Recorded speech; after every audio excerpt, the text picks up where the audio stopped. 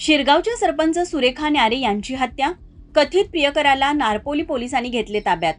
शाहूवाडी तालुक्यातील शिरगाव येथील सरपंच सुरेखा शिवाजी न्यारे यांच्या हत्येची धक्कादायक घटना उघडकीस आली आहे।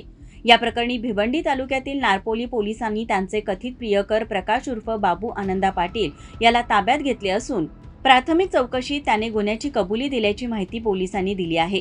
पोलिसांनी दिलेल्या माहितीनुसार सुरेखा न्यारे आणि प्रकाश पाटील हे दोघेही शिरगावचे रहिवासी असून त्यांच्या काही काळापासून जवळचे संबंध होते।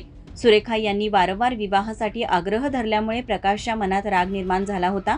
याच कारणातून त्याने हत्येचा कट रचल्याचे प्राथमिक तपासात समोर आले आहे। रविवारी सकाळी 11:30च्या सुमारास प्रकाशने सुरेखा यांना पंढरपूरला जाऊया असे सांगून आपल्या कारमधून गावाबाहेरील लिंडोरी येथील शेतात नेले।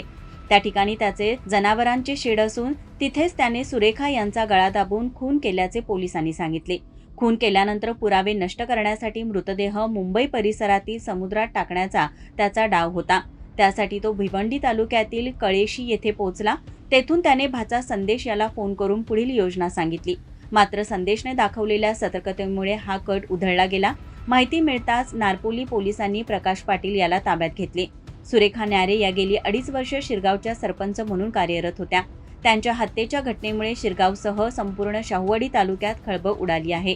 नारपोली पोलिसांनी या प्रकरणाची माहिती शाहूवाडी पोलीस ठाण्याला दिली असून पुढील तपास पोलीस निरीक्षक राजेंद्र सावंत्रे यांच्या मार्गदर्शनाखाली पोलीस उपनिरीक्षक अतुल सोनूने करत आहेत। दरम्यान संशयित प्रकाश पाटील आणि सुरेखा न्यारे हे एकाच गल्लीत समोरासमोर राहत होते।